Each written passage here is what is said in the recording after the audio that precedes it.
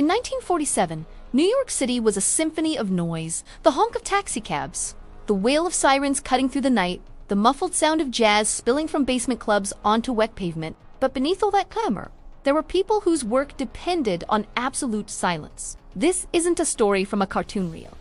There are no punchlines here, new laughter. And yet, the name scrolled in the police files, a nickname that would later shock the public, was one we all recognize. They called him Bugs Bunny. His real name was Lester Milano, a name lost to the streets of the Bronx, to the neighborhood, to the cops, to the people who feared him. He was just Bugs. But he wasn't a hitman, not in the traditional sense. He never carried a gun, no knife, no brass knuckles. His tools were simpler, more elemental, a shovel, and, strangely, a sack of raw vegetables.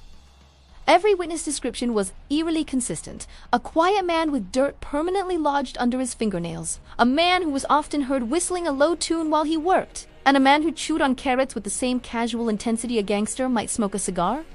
His peculiar habit wasn't just chewing. It was digging. Digging holes, not small ones, but deep, careful, precisely measured pits in the earth. Bugs worked for the Tremont Crew, a low-profile but brutally efficient crime outfit that ran parts of the Bronx. Their power didn't come from flashy violence. It came from control. And when they needed control, they didn't need a hitman, they needed a problem to disappear. When a rival crossed the wrong line, when a snitch talked too much, when a debt couldn't be collected with threats alone, Bugs showed up. He was a phantom. Neighbors would see a lone figure digging late at night, a shadow working under a single dim sometimes in an abandoned lot, other times behind a new construction site, or near the quiet, dark banks of the river. They never saw him with anyone else. No victims, no accomplices. Just a man, a shovel, and the rhythmic sound of earth being moved. By morning, the hole was filled. The ground looked undisturbed. And whatever problem existed the night before was simply gone. Police reports from the ERA mentioned a detail that detectives found both mundane and unsettling.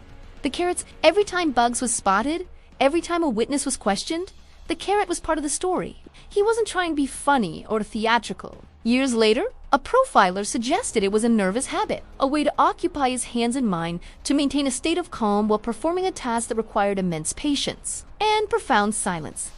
He had to be invisible, unheard. One detective, in his personal notes, captured the chilling paradox of the man. He wrote, he looked harmless, like a gardener. But every hole he dug closed a chapter forever. Then, in the cold autumn of 1947, a routine vice raid on a Tremont Crew speakeasy went sideways. Acting on a tip, the NYPD burst into a back alley and found him. Bugs. Mid-dig, he didn't run. He just stopped, shovel in hand, but the scene was baffling. There was no body nearby, no evidence in his pockets, nothing but his shovel, a burlap sack of vegetables, and a pile of fresh soil. They arrested him anyway, hoping the pressure would make him break.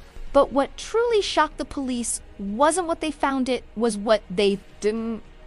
His fingerprints didn't match any outstanding murder warrants. Not a single witness could place him at the scene of a known crime.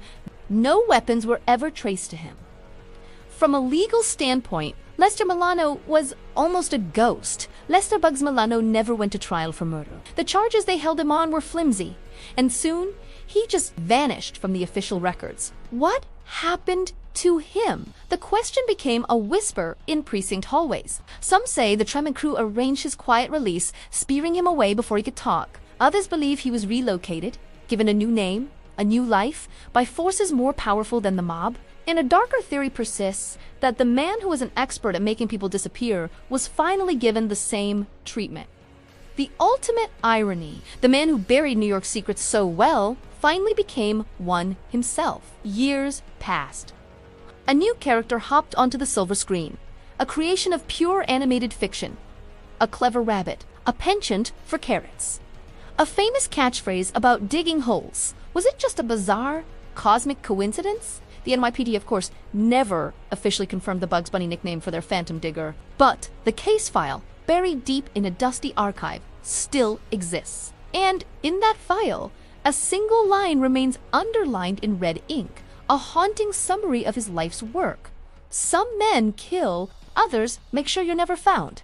And somewhere, beneath the concrete and steel of New York, the city may still be keeping his secrets. So the next time you hear a harmless nickname, or see a familiar cartoon character, ask yourself where it might have come from. Because sometimes, the darkest parts of our history are hidden right there, in plain sight. Thanks for watching.